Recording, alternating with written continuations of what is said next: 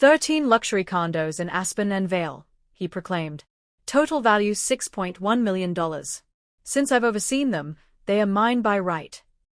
Mom's hand settled on his arm, approving. It's only fair. The estate attorney, Mr. Harlan, nodded like the verdict was already sealed. Aunt Claire allowed a small, satisfied smile. I sat with my hands folded, breathing even. 7 years of letting them believe the legend. 7 years of listening while my brother claimed my acquisitions, my tenant disputes, my midnight contractor calls as his own strategic oversight. Dad turned to me. Lena, you understand, don't you? Ryan's earned it. I met his gaze.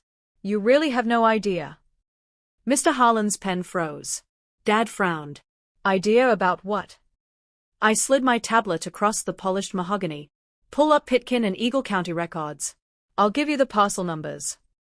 Harlan hesitated, then typed. The projector flared. First parcel, owner, Lena Maris Caldwell. Recorded August 2017. Second parcel, same. Third. Fourth.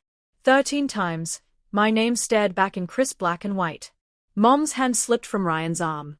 Dad's face drained of color. Ryan forced a laugh. Hi, brittle. Database error. Those are Grandpa's estate holdings. I turned the tablet. Quit claim deeds. Executed by Grandpa 8 years ago. Notarized. Filed. Public. Aunt Claire whispered, You've owned them since before he died. Since he was still sharp enough to see the difference between show and substance, I said quietly. He watched who closed deals, who collected rents in cash, who fixed roofs without billing. He changed title while he could. Ryan lurched upright. You hid this? You let me. You volunteered, I said. Every skipped repair, every unbanked envelope, every management fee you pocketed, I logged it. I placed a thick accordion file on the table. Forensic audit $272,000 in diverted funds, fabricated invoices, unreported income. Mr. Harlan flipped it open, eyes widening behind bifocals. Mom reached for my wrist. Lena, honey. I withdrew. You told neighbors I was just the zoning clerk. You let Ryan take credit. You wanted the condos in capable hands. They already were. Dad's voice cracked. We didn't know. You didn't ask, I said. You assumed. Ryan's face twisted. You framed me. No, I said. You framed yourself. I just watched. Mr. Harlan closed the file. Miss Caldwell, do you intend to pursue charges? I looked at Ryan, my little brother, the one I'd once carried through deep snow, taught to ski, driven to his first closing. Now he couldn't hold my gaze.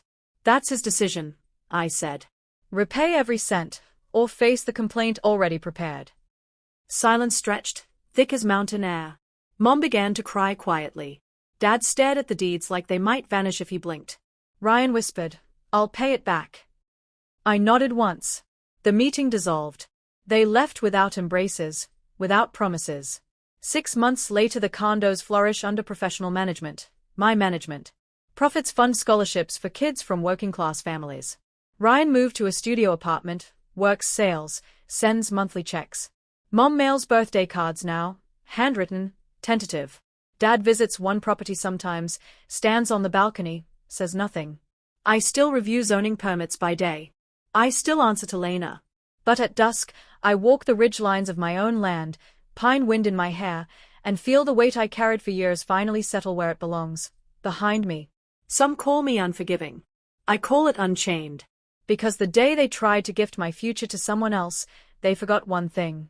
I'd already secured it. And the sound of the wind through the aspens these days?